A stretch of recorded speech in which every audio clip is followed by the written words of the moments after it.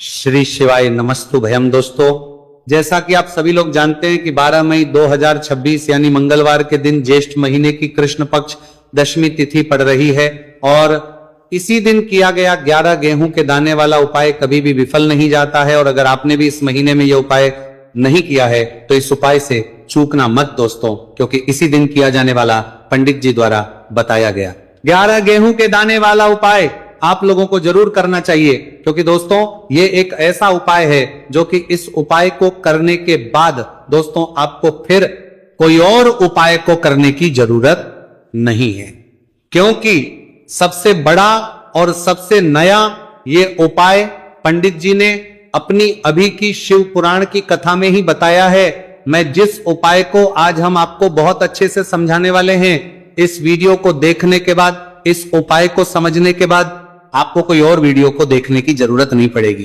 तो चलिए दोस्तों उपाय को शुरू करते हैं। देखिए ये दिन इतना खास होता है, इतना महत्वपूर्ण होता है।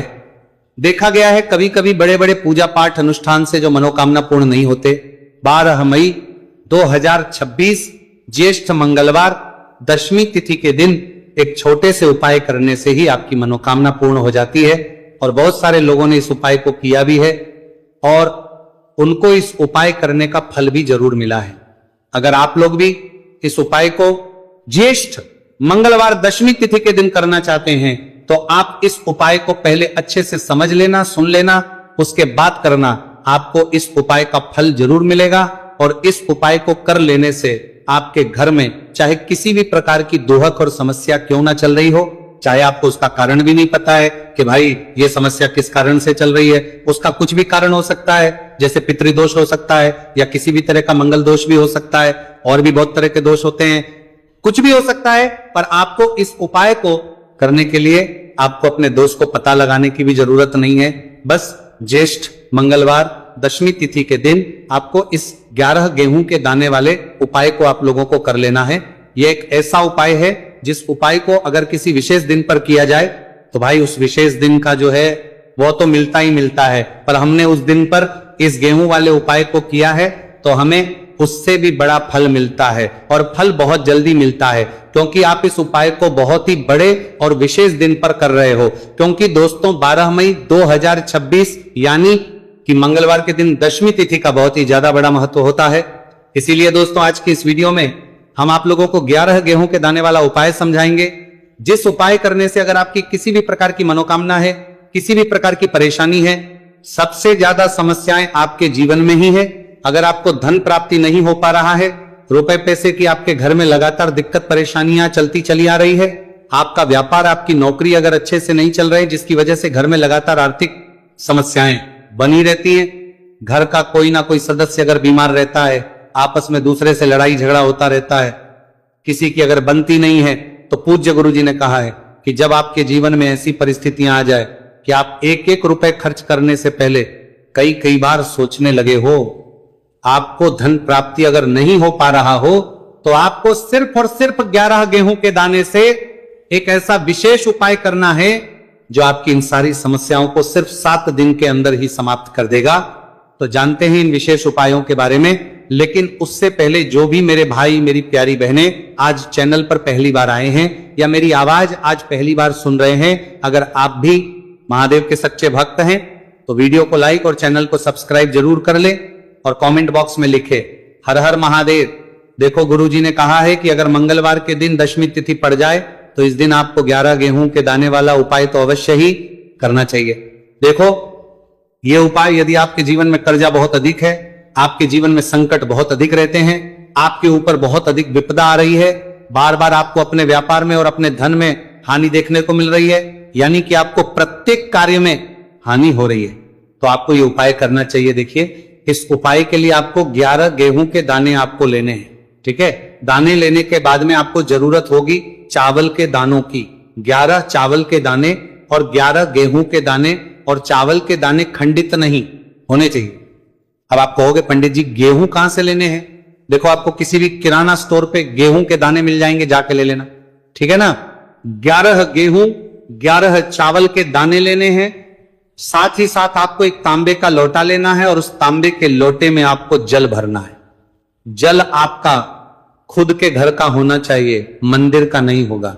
अब आप ये सब सामग्री लेकर पहुंच जाओगे महादेव के शिवलिंग के पास में शाम के टाइम पे प्रदोष काल में। देखो जब आप ये उपाय कर रहे हो तो अपना फेस रखना उत्तर दिशा, नॉर्थ डायरेक्शन की तरफ। अब यहां पे जो मैं आपको क्रम बताने जा रहा हूं ना, उस मेरे क्रम को बहुत ध्यान से सुनिए। महादेव को अगर कोई सबसे प्रिय है ना, तो उनकी सबसे छोटी पुत्री जिनका नाम है माता अशोक सुंदरी, जो आपके पास में के 11 दाने हैं ना, उन चावल के 11 दानों को माता अशोक सुंदरी के स्थान पर आपको अपना नाम और गोत्र बोलते हुए समर्पित कर देने हैं, है ना। चावल के दानों को रखने के बाद में जो आपके पास में तांबे का लोटा है ना, उस तांबे के लोटे को कहीं पे भी हम जल नहीं चढ़ाएंगे। सिर्फ और सिर्फ माता पार्वती का जो हस्तकमल आपको दिख रहा है, यहीं पे गोल गोल आपको समर्पित करना है, उसी जल को, और कहीं नहीं। ना माता अशोक सुंदरी के स्थान पर, ना तो शिवलिंग के ऊपर, सिर्फ आपको यहां पे गोल गोल जलाधारी पर आपको उस जल को समर्पित करना है।